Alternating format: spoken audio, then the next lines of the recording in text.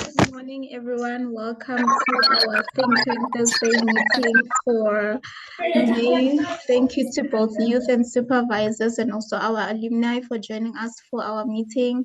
I see some of you have already started introducing yourselves in the chat box. We truly appreciate that.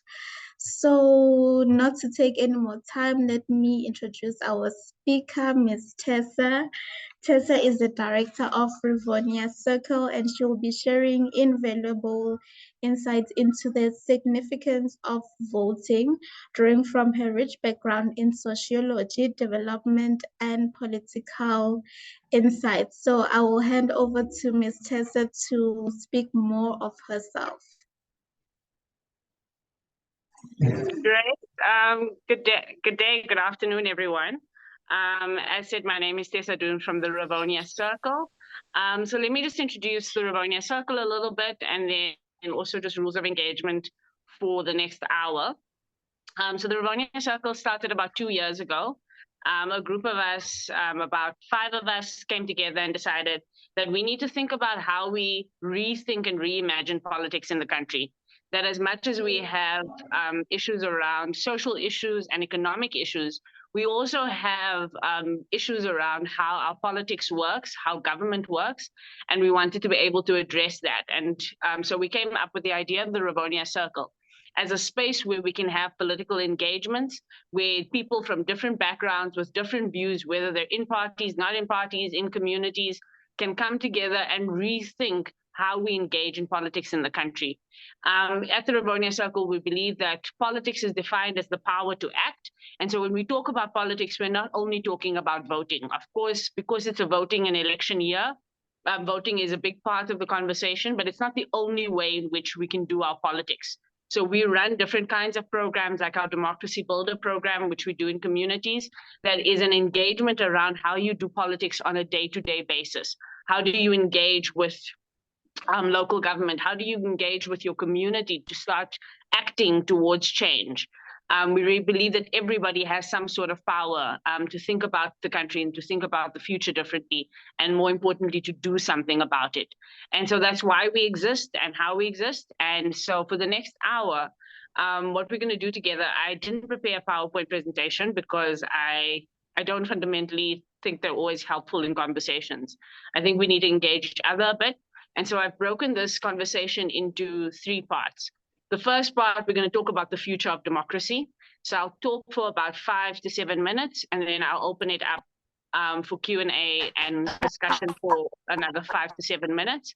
And then the second part of the conversation will be talking about the 2024 vote and how the voting landscape looks, how the system looks this year. And so I'll give you some insights into what has changed about voting, what to expect if you're going to vote, and how to think about what's happening in the voting space. And then the final part of it is we're going to be talking about the youth vote, particularly the power of the youth vote in the 2024 election. What I am going to ask for housekeeping purposes is I'm going to ask us to do 2 things. One is please put off your, mute your mic if you're not talking. And the second one that I'm going to ask is that you please put off your camera until you are talking.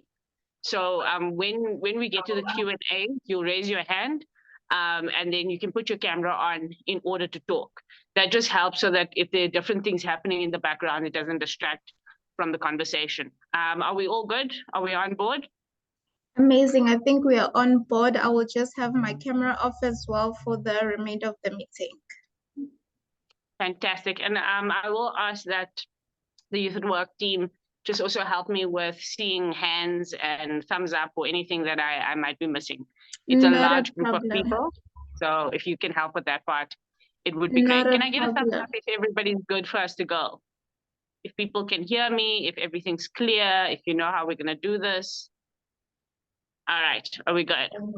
Fantastic, loving it.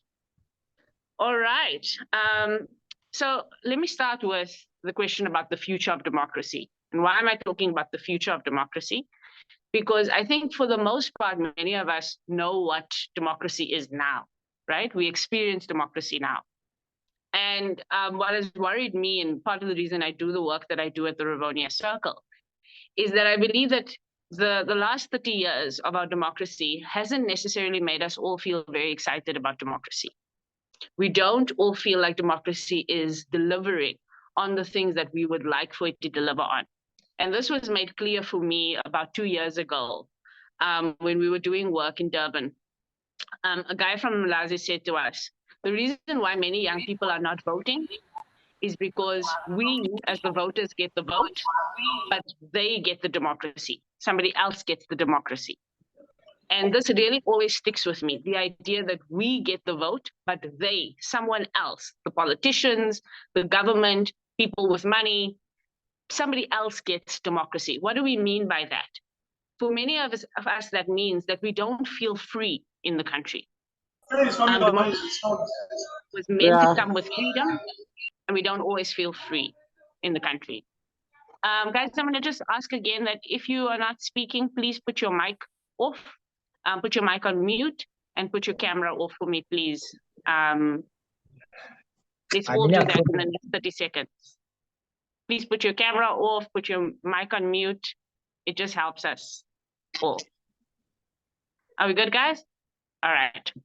So like I was saying, for many of us, it's a question of not feeling free, not feeling empowered. We feel like we give our power away. And that's also another issue around voting, is a lot of people will say, I'm not voting because voting feels like I'm giving away my power, not taking power, not doing something, but giving away my power for somebody else to do something.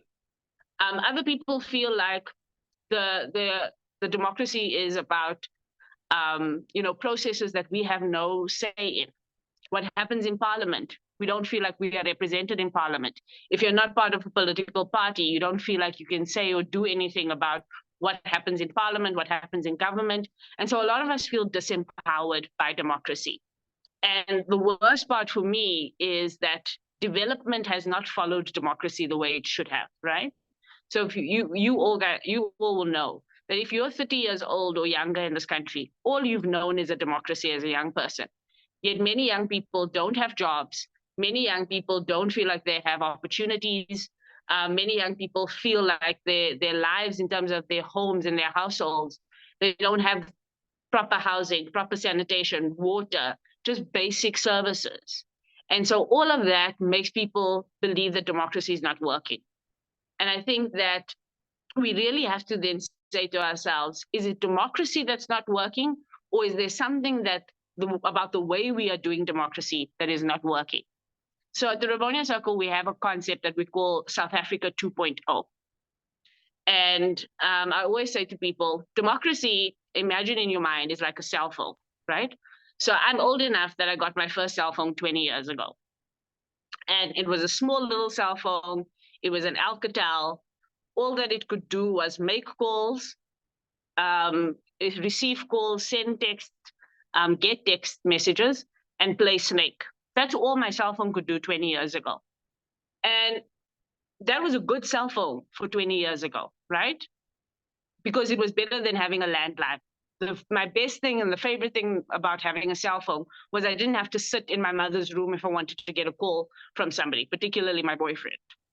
I didn't have to be at home to get a call. So the cell phone was better than the landline. And so if you think about it in terms of democracy, what we have in terms of having a democracy is better than apartheid. I think we can all agree on that in principle. Apartheid was a crime against humanity. It treated people like they were less than human. It treated us and people who looked like us like we were less than human. And that's not acceptable. That's not the thing that we want to still be doing now. But the democracy that we got in 1994 is due for an upgrade, is due for a better version. If I kept the same Alcatel that I had 20 years ago up until today, people would tell me that I'm crazy. They would say that is not a smart thing to do. You're trying to make something that you got 20 years ago still work for you today. Yet that's what we do. We have kept democracy exactly the same way we found it in 1994. We haven't changed it much. We haven't thought, what is an upgraded version of this thing? What is a better version? What is a version that has different kinds of rules, different kinds of institutions? What does it look like to have an upgraded version? And I think the time has come for us to do that work. The beautiful thing about democracy, the best thing about democracy, is that democracy simply means that the people govern themselves, that we, the people, decide. We decide for ourselves, we govern ourselves, which means we can change the kind of democracy we have into one that works for us, one that delivers freedom for us, that delivers equality for us, and that delivers services for us. But we must be willing to upgrade it and do the work to rethink and redesign democracy. So that we can have something that doesn't just work on paper, where you just tick all the boxes and say, yes, we have elections. Yes, we have change in government. Yes, we have a judiciary that works. Yes, we have government departments. That's not what makes a democracy functional. A democracy must work for us. And so my belief is that in the next few years, in the next 5 to 10 years, it is young people of this generation who are going to have to be brave enough to reimagine what democracy could be, to reimagine what a different form of democracy could look like, what self-governance could look like in different ways. When we do this exercise in our Democracy Builder workshop, we ask people to take one issue and to reimagine what the best version of that thing would look like in a new kind of democracy in South Africa. And one of my favorite examples also came from Durban, by the way. One of the groups was talking about local government. And they said, because we gave them like 20 minutes to think about it. And when I got back, the group had a blank page. They'd not written anything on their page we gave them. And they said the reason they hadn't written anything down is in their perfect future upgraded South Africa, local government wouldn't exist at all. They said what they would like to see in South Africa is that local communities come together, put together our own budgets at local community level, and that we then submit those budgets to government ourselves as communities, and we get the budget for the thing that we want to do immediately. And we don't have the in-between step of having government officials. For me, I know that might sound radical, but I think radical is what we need. We need the ability to reimagine the thing that we have right now. And so the first point that I wanted to make was that democracy is due for an upgrade and that we need to be able to rethink it and reimagine it. And that the democracy that we have now is not necessarily the one that we need to have going forward. And so the question that I have for you guys is, if you could reimagine democracy, if you could redo the way we do democracy, what would you change? What would you keep? What would you leave? What would you introduce that's new? Is there anything that you'd like to see as part of democracy that isn't here right now in South Africa? Something you've seen work somewhere else? For me, one of the things that I'd like to change is the way we do budgeting in the country. In Kenya, the system for doing a budget for the national government, when the finance minister gives his budget, those budgets have to be discussed in workshops in communities before the finance minister decides on the budget. They call it devolving budgeting. So that's one of the things I would like to see changed in the way that we do democracy. Another thing I'd like to see change is the way that we vote and the way that we elect people. Right now, we can only vote for parties. I'd like us to be able to vote for people directly, whether they're in a party or not, to vote directly for people that we know and we can hold accountable. Those are the kinds of upgrades I'd like to see. So I'd like us for the next just 5 to 10 minutes to just talk about what are the kind of changes in democracy you think the country needs. And this is not as much about questions. If you want to ask questions, you can, but just make some suggestions about what you think an upgraded democracy might look like. Can we do that for like 5, 10 minutes? So if you have a view, guys, you can just raise your hand, and the Youth at Work team and myself will try and make sure we see the hands that are raised.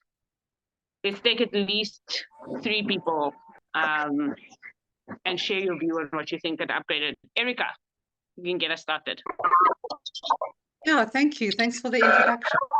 I mean, for me, a good democracy means people are participating in designing their own destiny, which means there has to be a high turnout of voters, there has to be high engagement in community forums, there has to be involvement. So just getting people involved and just getting people saying, I'm going to be at the meeting because it's important. I'm going to vote for this education thing because it affects my children. It means engagement. It means active citizenship. And I don't see that at the moment. I see a lot of, complaining and doing, but not actually getting together and saying, this is a new solution we want to all stand behind. Cool.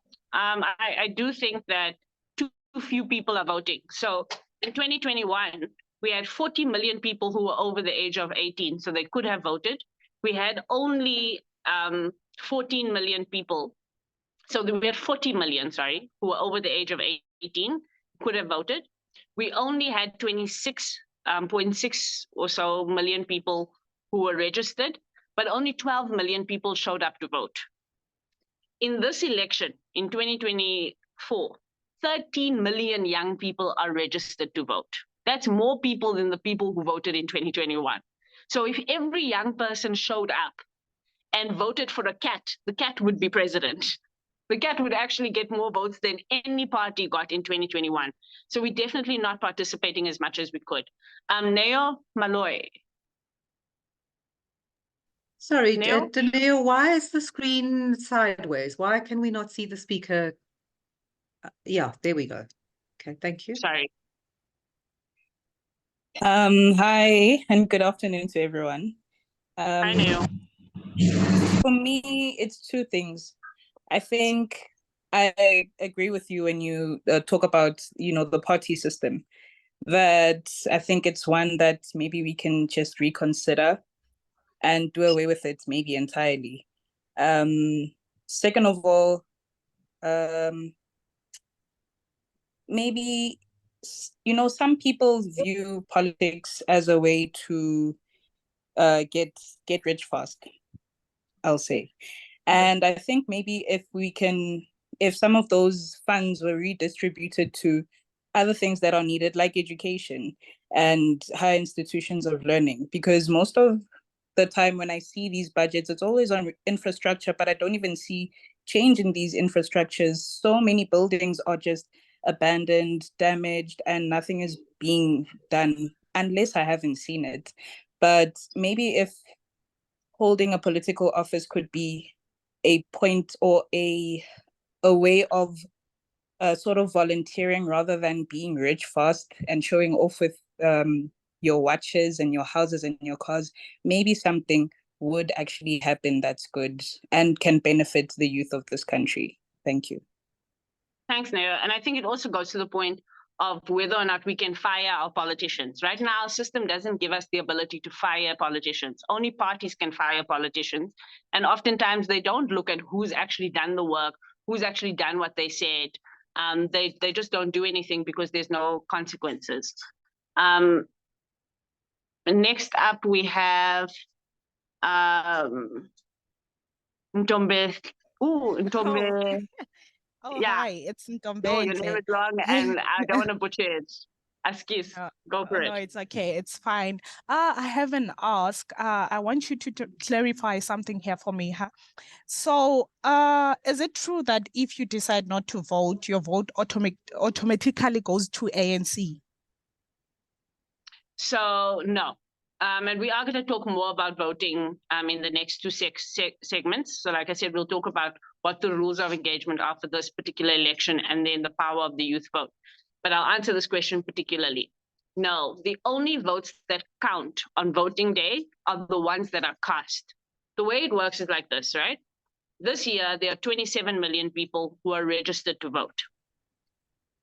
If only 10 million of those people show up, then nothing happens to the 17 million people's votes that didn't show up. If you didn't show up, nothing counts.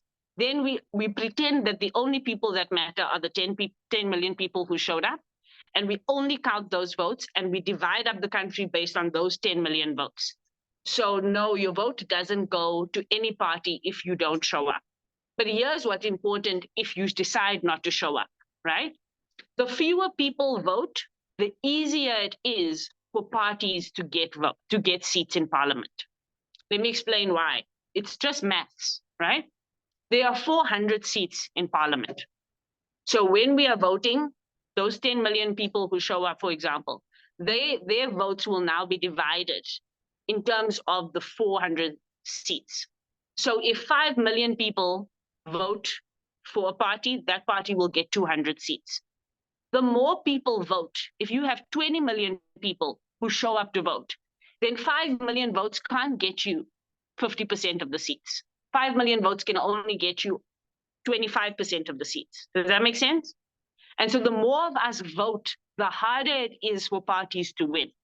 And so the logic is that when few people vote, big parties benefit.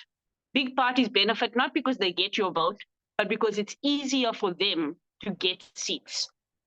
That's where the idea comes from. But the logic is that the maths it makes it easier. But that doesn't mean your vote goes somewhere. It just makes it easier. Now, what I always say to people, if only 5 people show up on the 29th of May, and all of them happen to be from one party, that party will get 100% of the vote. It doesn't matter that there's only 5 of them. The Constitution doesn't say there's a minimum number of people who must show up. So if only 5 people show up and they all vote for a cat, the cat will get 100% of the vote. So it's really important that as many of us show up as possible to make the parties work harder for their votes and for their seats in parliament. Is there anybody else whose hand I've missed before I go to the next section? Because we're already starting to talk about the vote. And please, everyone, please remember to put your mic on mute and to put your video off unless you're talking. Kafiso. Makola. You're the last comment for the section. Thank you so much, ma'am. I would like just to add on youth, right? So my focus is I would like the democracy to change on youth to focus more on empowering youth and make the youth to participate more on programs that will help them to open their minds and take part on the opportunities that will build their abilities and strength to choose their right path or careers. I like that. So thanks for that, Kafiso. Hi guys, please make sure your mics are muted. There's somebody whose mic is on. Kafiso, I'll add to that as we go into the next section around voting in particular. One of my hopes for the country, we talk a lot about economic participation of the youth and saying that youth must get jobs and youth must get jobs and must be able to start businesses and must get economically involved. And for me, it's even more important that young people who work in communities must start being paid to work in communities. This thing of community work being seen as volunteer work in a country like ours that has so many social issues is not sustainable, doesn't make sense. There are so many young people who do work in their communities every day, and those young people should be working in their communities and being paid in their communities. But the more important thing for me is also that we need political participation of young people. In a country where 40 million people, and it's a coincidence that these numbers are the same, right? But 40 million people are below the age of 40. It's actually about 39 million. Let me put it that way. 39 million of us are below the age of 40. I'm not below the age of 40 anymore, but you guys are the majority. we should have our politics and our leadership reflect that. I want to be led by young people if young people are the majority. And so we must start voting for young people. Young people must start contesting. Young people must start raising their hands to work in government. Young people need to start leading the country as well. And so that's going to take me into our second conversation, which is talking about the 2024 elections, the 29th of May, and exactly what to expect in this election. So a few fast facts about the election.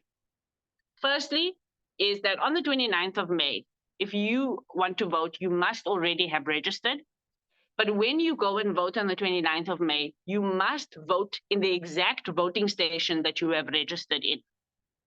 So if you registered in the Eastern Cape, but you traveled to the Northwest for work, you must go back to the Eastern Cape to the exact place where you are registered. And you can check on the IEC's website or on the IEC's WhatsApp line. They've got a USSD code that you can use to see where your voting station is. If you know that you're not going to be able to do that, you have until 17 May in order to tell the IEC. So there's a process where you can tell the IEC that you will not be at your voting station and you will be allowed to vote at another voting station. But you must be able to tell them where you will be. In the past, you could vote anywhere nationally at any voting station, as long as you're going to vote on the national ballot, or anywhere in the province. That is no longer the case. You must be at your voting station. So that's the first fast fact. The second fast fact is that there are 52 parties that will be contesting for the national elections. And there are 93 parties that will be contesting in different provinces. Now, that doesn't mean that on the provincial ballots, you'll see 93. The 93 is different in different provinces, but provincially, there are 93 parties that will be spread across the provinces. And nationally, there'll only be 52 parties on the list. But very important this year, for the first time at national and provincial level, we will have independent candidates. There are 11 independent candidates that will be contesting in this year's election. So the way that the ballots are going to work is that we will all get 3 ballots when we go and vote, if we're voting at our voting station that we registered at. The first 2 ballots are for the national election. So you can vote for national elections twice. Once on what they call the national ballot and once on what you call the regional ballot. So you get 2 opportunities to vote for the national elections, not one anymore. The national ballot will only have political parties on it, and it is for 200 seats in parliament that only political parties will be contesting on.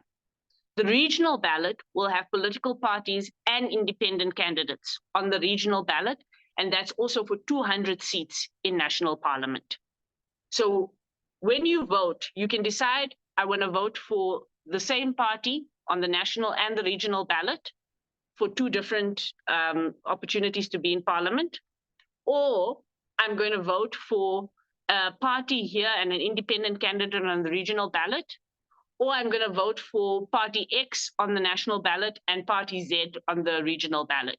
You can split your votes if you want to, you can do whatever, but you will have 2 votes for the national election. The national vote for 200 seats in parliament and the regional vote for 200 seats in parliament. Then you will have 1 more ballot, which is for your province.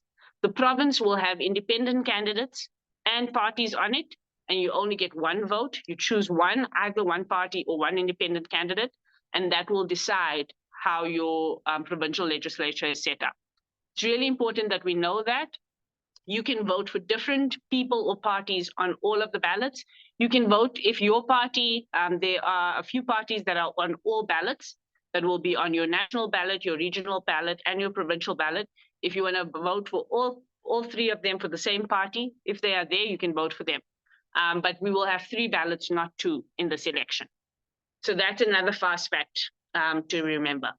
The third thing, so somebody is asking, is it too late to register to vote? For this election, it is too late.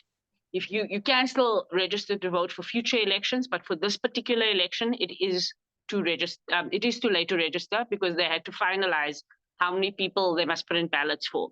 The ballots are already being printed as we speak.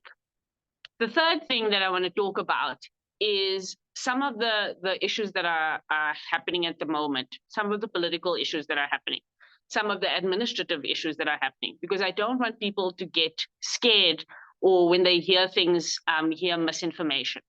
So for the first time this year, if a party isn't already in parliament, they needed to get signatures in order to get onto the ballot, right? They needed to get signatures. So even if they were registered already, they will also need to get more signatures to get onto the ballot. I'm seeing the questions, guys. I'll address them when I start the Q&A for this section. But I just want to clarify this. So there are signatures that parties needed to get onto the ballot. And it's between 15,000 and up to like 60,000 signatures that they needed to get. The IEC has two processes that it's done. One is that it asked the parties to submit the signatures, and the other one is that it asked the parties to submit the candidates. Right now, there are parties that are contesting in the electoral court, some in the constitutional court, about not being able to submit on time because they didn't get their signatures to the IEC on time. There are parties that are contesting about whether or not their candidates should be accepted or not into the list process. Sorry, guys. And so there are different processes happening in courts. What you must know is that the signatures issue is really a simple one, where the signatures needed to be from people who are registered. And so the IEC can verify whether those ID numbers are of registered people who are alive. Right now, there are questions about whether those signatures are valid or not, and the courts will help us decide that. But those issues are something that if the courts say there's a problem with signatures or there's not a problem with signatures, we will find that out and then we have to deal with it from there.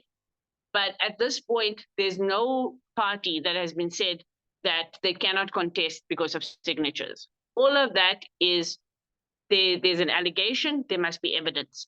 And I'm saying this because when you hear that there are allegations around the election not being free or fair or whatever, something around signatures or anything like that, ask people for evidence.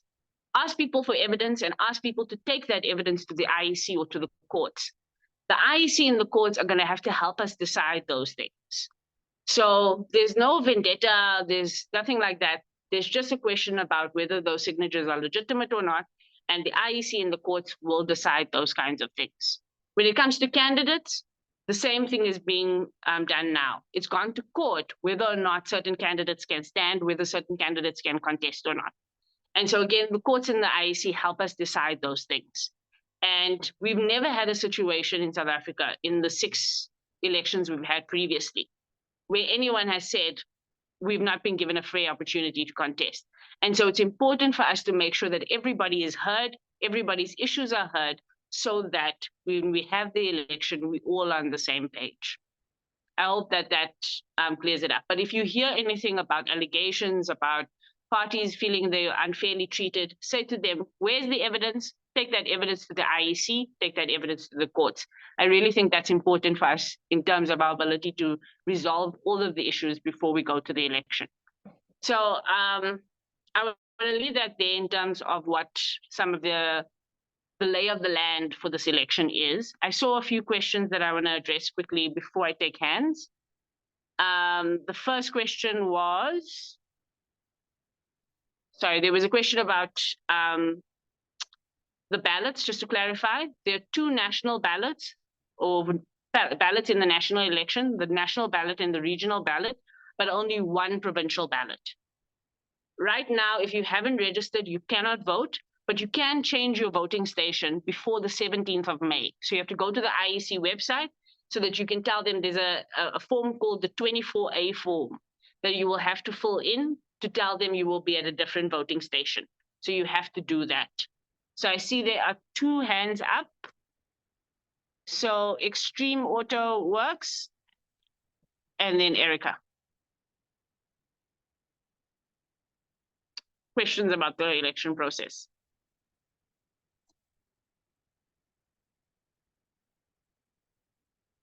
Erica, do you want to go? Yeah, sorry, just a quick pop in.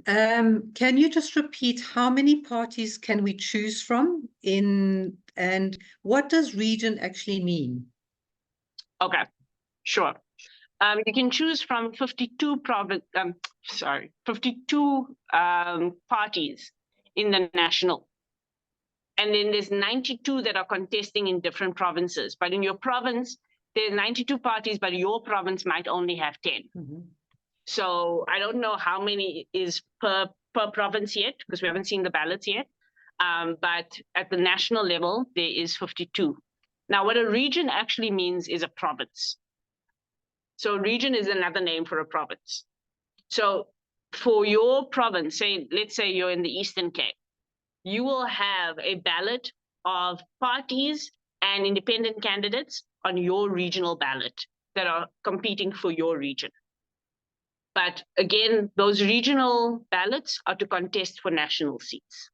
I hope that clarifies it. There's somebody named N. N, if you know who you are, please. Hi. Am I audible? Yes. Okay. I just have an issue. I registered to vote in one of the stations here in Pretoria. I never got an SMS. And this is probably 10 of us. And when we are checking our IDs now, our registration is stuck in our previous location in KZN. So that's not only me, that's multiple people. We never got confirmation SMSs, but at least when I type my ID, it says you're registered, but the station is stuck in KZN. So yeah, is that going to be rectified anytime soon? And I even tweeted IEC, I got no responses. It's just been a hassle at this point. I'm just like, this is such an inconvenience because I drag myself out the house to actually register. Sure. So I would do two things. One is I would go to one of the IEC offices. They do have offices that are regional. If you feel like you're very pressed to like speak to somebody. But the second thing that you can do is this process of the 24A form. So if you go on onto the IEC website, there's an opportunity to change your voting station. And you can do that until the 17th of May. My suggestion is go onto the system and do that now for the voting station that you want in Pretoria. That way you've covered yourself on both sides. Yeah. Extreme Waterworks. Nope. Yes, can I come in and ask again, what about votes outside of the country? There's quite a lot of people who live somewhere else now and who've registered, and they also haven't got SMSs. Is it on a different day? What is the process with that? Yes, it is. So people who are not in the country, they'll be voting on the 17th and the 18th of May, which means that they need to this week go to the consulate. So they must go to their South African consulate where they're supposed to be registering, or contact the consulate if it's in another city and make sure that they are registered. So they need to do that this week. Sorry, and what process do they follow for that? Just contact the consulate. If they can't get to the consulate, if it's very far away? Call or email Okay. the consulate. All right, thank you. Direct access to the consulate is the best way to know. Okay, thanks. All right. Nkosi, your hand is up. Hello. Yeah. I just wanted to ask regarding if I have to change my voting station,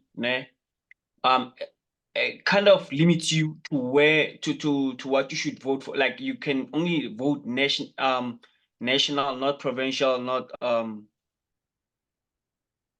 because you can vote 3 times more, but it kind of like limits you to only national. Why is it that? So I'm actually not sure that that's the case if you tell them beforehand. If that is the case, the rationale is this: that the regional ballot and the provincial ballot are tied to your province. So in another province, you may not have so let's say you're visiting another province, Yes. you may not have, they definitely won't have your province's ballots, right? So they're saying to you, you can't impact on a province where you don't live. That's what it's basically saying. But So they're what, trying, yeah. but what if now you live there because you work there? And then That's why I'm your saying I'm not sure if it applies to the circumstances we are in now when you are changing. So when you do change, I'm not sure that it limits you, but I will find out. I actually haven't found out whether that limits you, whether changing limits you. okay. Thank you. Yeah. All right. I want us to move to the last part quickly, which is the power of the vote. So I wanted to get through some of the technical stuff first, and now I want us to talk about voting power. So again, I want to start with the question about how many voters there are in the country. Please do me a favor and put yourself on mute. Thank you. Pilile, the same. Cool. Sorry, guys. It's just very distracting when there are lots of things going on. All right. So the power of the vote and how do we use the vote, particularly the youth vote in this election. And I want to address the question about voting, who you vote for, rigging, all of that. So there are 27.7 million people that are registered to vote, and about 13 million of those people are below the age of 35. In the last election in 2019, the party that got the biggest amount of votes got 10 million votes. So the young people of this country who are under the age of 35, between 18 and 35, could actually, if they all voted the same, which probably you guys won't, but have the power to actually decide this entire election. And I want young people to really understand how much power and influence you have in this election. In the last election, only 16 million people voted in 2019.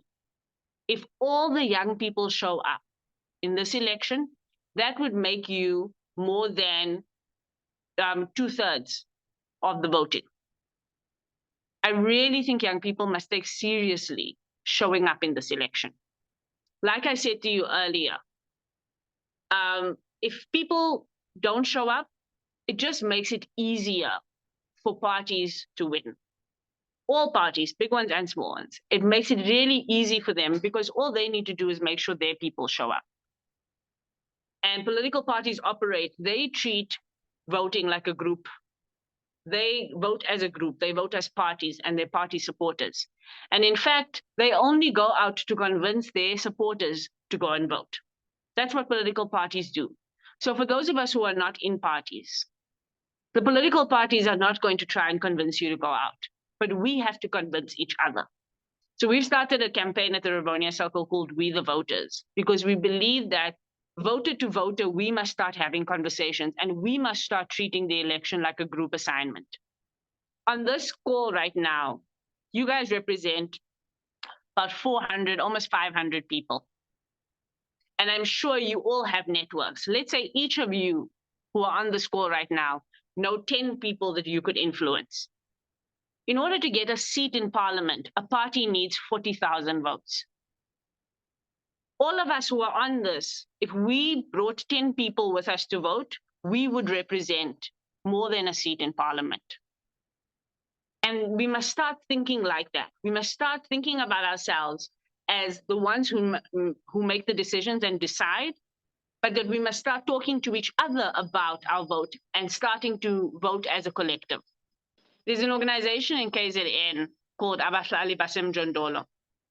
And what Abahlali's done this year, and they did it in 2014 as well with a different party, is they've decided that as a group, they're going to vote for a particular party. You can go and research who that party is. We don't have to have that conversation now. But Abahlali has a membership of 150,000 people.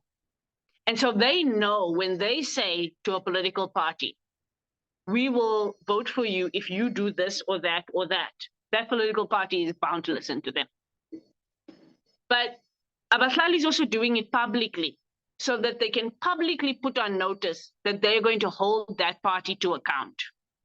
And I think we must start doing this in our communities as well. In our communities, we can come together as communities and decide how we want to use our votes. How are we going to engage political parties? How are we going to let them know what it is we want in return for our votes? Because ultimately, voting is an exercise of hiring and firing people. Voting is not an exercise of giving away power. Voting is the exercise of hiring people and firing people. And so before you hire or fire people, we must decide, what do we want from those people? What are our demands? What are the things we care about? And we must only hire people who care about the things that we care about, who are going to do the kinds of things that we want to do. You also don't hire people you don't know. And so what's also important is that you get to know the parties and get to know their representatives. And when a party cannot tell you that these are going to be the people that will represent you, and this is why they will represent you, that's a problem.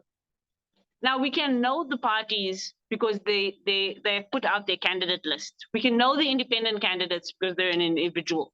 But do the research to not only know what the party stands for, but who are the people the party will send to parliament.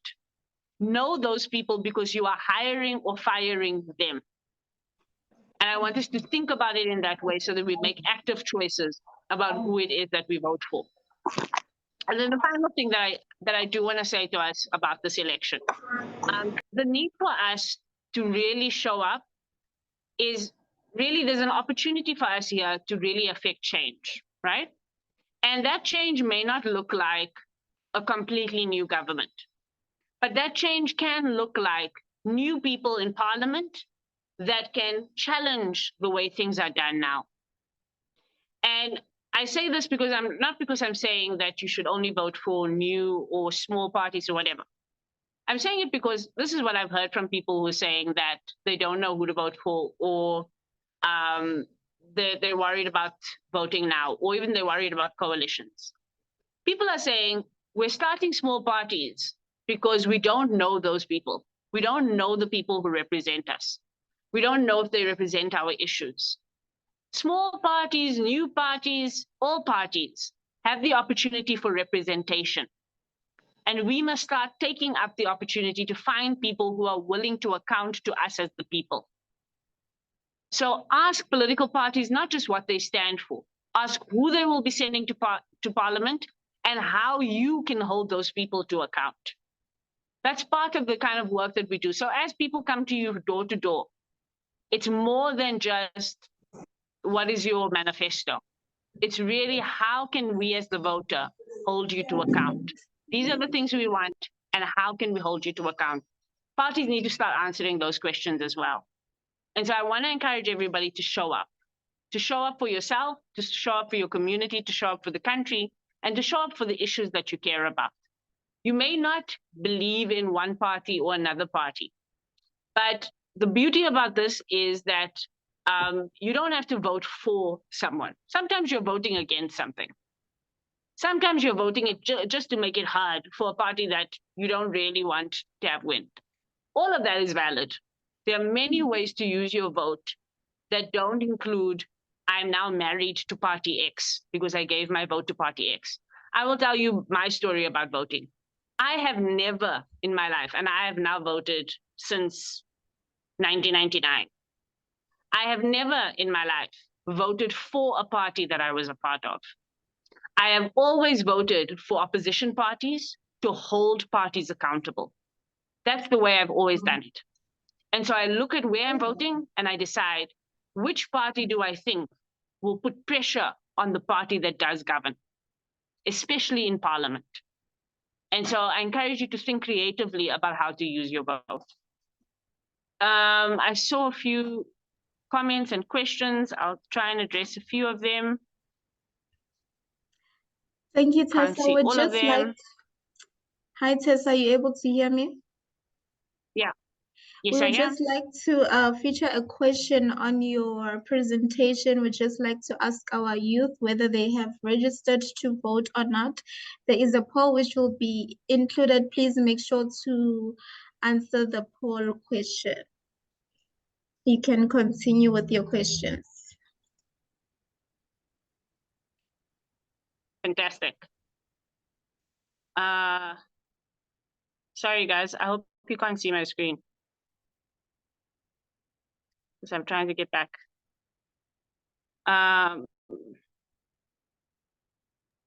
We can see Are your you guys able screen, to see my Tessa. screen? Yeah, we are able to see your screen. Okay.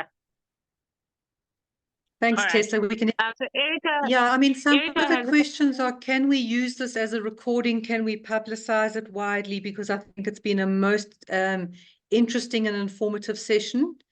And Sure. can we send it Absolutely, you out, put can. it on social media, whatever, and just really get the Yeah. message out? Absolutely, you can. I'm trying to get some of the other questions that were asked earlier, guys. If I can't see the question, just retype the question. Or ask the question, raise your hand and ask the question again. Sorry. Some of the questions went by really quickly.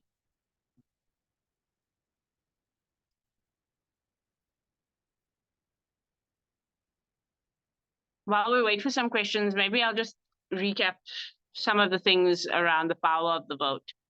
For me, what's important is that voting is a group project, and that we must all care about that people vote and that they show up. That voting is something that we do with other people, and we should start talking to each other about our vote. Your vote is your secret, but you can also talk about why you're voting and what motivates your voting. But I do think it's important that we talk about our votes so that we have a sense of, sometimes there are people who are thinking similarly to you, and you can really find a way to have conversations with them that's not just about one party or the other, but about what it is that you're trying to achieve with your vote. That young people have the biggest opportunity.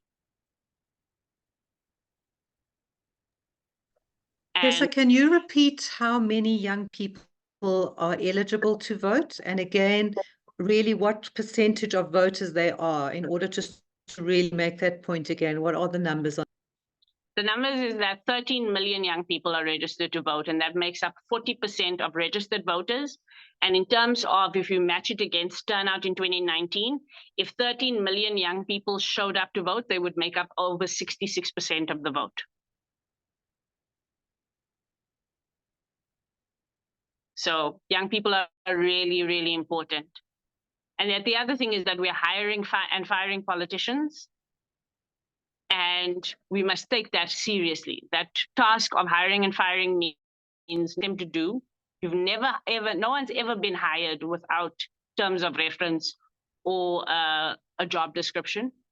And know who the people are who are going to Parliament, and decide if those are the kind of people you want in Parliament, and know how you're going to hold the party accountable that you vote for. And that sometimes you're not voting for a party, you're voting against a party. But the more of us vote, the harder it is for parties to just get a seat. And so we must make it hard for parties. Can you explain that voting against the party a bit more? So if you don't want to vote for this party, do you just randomly select any other party and give anybody your vote? Or does it also need to be kind of considered? Who are you going to give the anti-vote, if I can put it that way? So for me, it's been different things at different times, right? Sometimes I've given my anti-vote to the strongest opposition to the party that I'm voting against. Sometimes it's the party that's closest to the things that you care about, other than the party that you don't want to vote for. And sometimes, and honestly, guys, I've used this as well, sometimes you vote for a party you think is never going to get a seat, is never going to be able to do anything. But because your vote has gone there, it makes it harder for the other parties. That it spreads, it's again maths. So instead of 10 votes to count, there's now 11 votes to count, which means that whichever parties want to get seats, they have to work harder for those seats. So it can be different strategies. And then the last thing, coalitions. Somebody just asked a question about coalitions. And I'll answer the coalitions question as I think the last one. Guys, coalitions are not scary. Coalitions are not bad. Coalitions are just a result of voting. And you can't vote for or against coalitions. You can vote for or against parties, but you cannot vote for or against coalitions. Coalitions happen in a system like ours actually quite naturally because we are a multi-party democracy. So we aren't a winner-takes-all democracy. So in the US, it's a winner-takes-all. The person with the most votes becomes president. That's it. It's a winner-takes-all system. In our system, multi-party systems have been designed for sharing. And so in terms of coalitions are a natural part of the process when one party doesn't get more than 50% of the votes. That's what's going to happen. Even sometimes when they do get more than 50% of the votes, they may want to form coalitions. What's interesting in our case is that since 1994, every cabinet that we've had has had more than one party represented there. In the last cabinet, the Good Party was represented in cabinet, even though the ANC got more than 50%. So coalitions aren't a bad thing. They must just be managed well. And when it comes to coalitions, there must also be a role for the voter. And so when you're thinking about who to vote for, think about who they might go into coalition with, ask parties who they might go into coalitions with, and what the issues are that they are going to form coalitions based on. Right now, our coalitions have been about positions, people just deciding who's going to get what position. Coalitions actually should be about what is the issues that we agree on. And I think we must decide, as voters, who would we want the people that we vote for to go into coalitions with, and what are the issues we would like them to prioritize in the coalitions. How do we keep coalitions accountable? We ask them to make their coalition agreements public. And that's one of the things in civil society that we are pressing for the coalition agreements to be public, because the more public they are, the harder they are to change or to manipulate or to do on the basis of bad intentions. So I think I'm going to end it there for now. Yeah, Tessa, I think just from the questions, if I can just reiterate, please check that you can vote in the right voting station. This question has come up a number of times. Tessa has spoken about it, the 24A form that you need to sign and go and find out that you submit that you actually can vote in the station where you are, and that you get that changed. So very, very important. The Hammanskraal question over there, if you've moved to Joburg, you have to be registered in Joburg, otherwise you will not vote in Joburg. Okay, so don't get there on the day and then they tell you can't vote. Yeah, It's please really, check really with the IEC, guys. There's a WhatsApp number that you can use. There's a USSD code that you can use for these things. But please make sure you get onto the IEC website at some point and just check that if you need to change it, you can fill in the 24A form. Okay, and the last thing, can the team who was doing the poll, can you pull up the poll, please, so that we can see how many people are committed to actually going to the polling stations on the 29th? Fantastic. Excellent, 78%. Okay. If there's one last thing that I could say, guys, before I go, just to punch some of the things that we're doing to hopefully help more people go out to vote. So at the Rivonia Circle, we're doing 4 initiatives towards the election. The first one is something we call Toko the Bot. So if you go onto our website, you'll see something called Toko. Toko is a chat bot that will answer questions about the elections for you. Next week, we'll be adding onto Toko some questions about different manifestos as well, so that you can answer questions about political party manifestos or get answers for them. The second thing that we're doing is we've put out a documentary called We the Voters. And the We the Voters documentary is 9 voters that speak about how they intend to vote. So not who they're going to vote for, but what they're thinking about, what their issues are, what their fears are, all of those things, and whether or not they will vote as a consequence. It's 9 different kinds of voters. It's a 30-minute documentary that you can then play from our website or from YouTube, and you can then use that as a way to discuss with other people in your community, in your youth groups, etc. The third thing that we are doing is something called a voter conversation. Again, on our website, there is a toolkit, a 3-minute toolkit about how to run a voter conversation in your community. And this is a conversation that you can hold with 5 people, 10 people, 20 people. It's not a high-tech conversation, but it just gives you a process for how to have a conversation about voting without putting people under pressure to vote. So it's on our website. on the Rivonia Circle website. Sorry, I don't have the link available for me now, but I'll send it to the team. And then the last one is we developed a board game called We the Voters as well. And starting tomorrow, between tomorrow and next week, Friday, we'll be giving out 50 free of the board games. We've still got 50 left. We've sent about 500 board games to different communities and families in the country. So if you would like a board game, just check our social media accounts tomorrow. We're going to be running a thing to give out 50 more of the board games. But the board game is also a way to get conversation starting about the elections, and board games will also be on sale as from next week. So I think your youth at work can get a board game, Tessa. What do you think? I think if you go onto our social media platform tomorrow, I can organize something. Yes. Okay. Absolutely. Thank you. Thank you. Thank you guys for having me. So I think let's wrap up on time. We started on time. We're wrapping up on time. Thank you, everybody, for checking in. Thank you, Tessa, for a most informative session. Thanks to the back-end team for running it, advertising, sending out the links afterwards, and the recording, all of that. Danilo, Lily, anything else from your side? Please make sure that you have each completed the attendance register before leaving the meeting. The link is already in the chat box. I will attach it one last time so that you may get a chance to complete it. Thank you so much to everyone. Thank you for to the wonderful message that has been shared.